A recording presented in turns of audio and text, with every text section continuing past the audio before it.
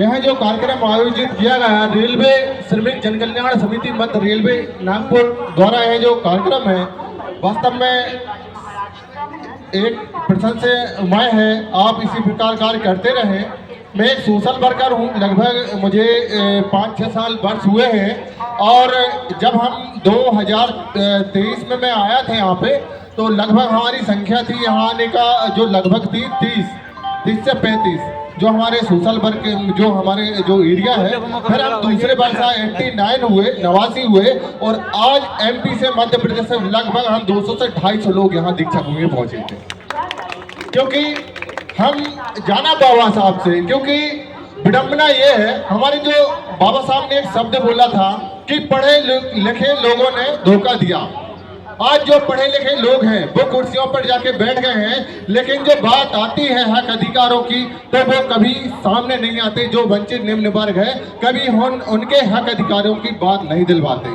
लेकिन इतना खुशी है जो हमारे वर्ग के लोग हैं, जो निम्न वर्ग के, जो कहीं ना कहीं उनका जो शोषण होता है या कहीं कमजोर है, वो अपनी आवाज उठाने में अब सक्षम हो गए हैं। ये पूरा देन है, बाबा साहब की देन है।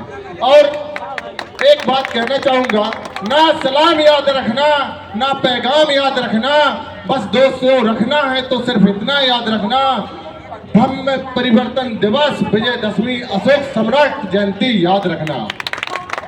तो हमें बाबा साहब ने कुछ बोला है, उन बातों पे जरूर अमल करें हम कि शिक्षा वहां शेरनी का दूध है, जो पिएगा वहां दहाड़ेगा।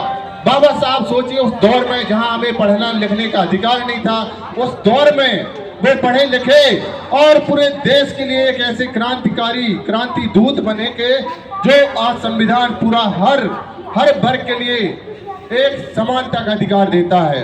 लेकिन आज हम बात करते हैं संविधान की, लोग संविधान नहीं जानते। वो कहते हैं कि भाई हमें तो पूरी सरकार योजनाएं दे रही है, जबकि उन्हें ये हमें बताना चाहिए कि ये जो जितनी योजनाएं हैं वो संविधान से हमें प्राप्त हो रही हैं।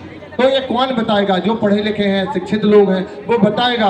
और हमारा कल्याण 22 प्रतिज्ञाओं में छपा है। बाबा साहब ने 22 प्रतिज्ञाओं का जो आह्वान किया था दीक्षा भूमि से, वो सभी को हमें मानना चाहिए। और तथागत गौतम बुद्ध जी ने हमें 5 सिद्धांत दिए हैं।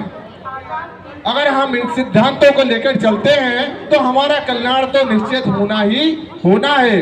तो मैं अपनी वाणी को समाप्त करता हूँ और यहाँ जो समिति है उनको बहुत बहुत साधुवाद धन्यवाद करता हूँ। और यहाँ पर नागपुर दीक्षा भूमि में उपस्थित सभी साथियों को नवबुद्धाय जय भीम करता हूँ। आपने मुझे बोलने का बहुत मौका दिया। नवबुद्धाय जय भीम।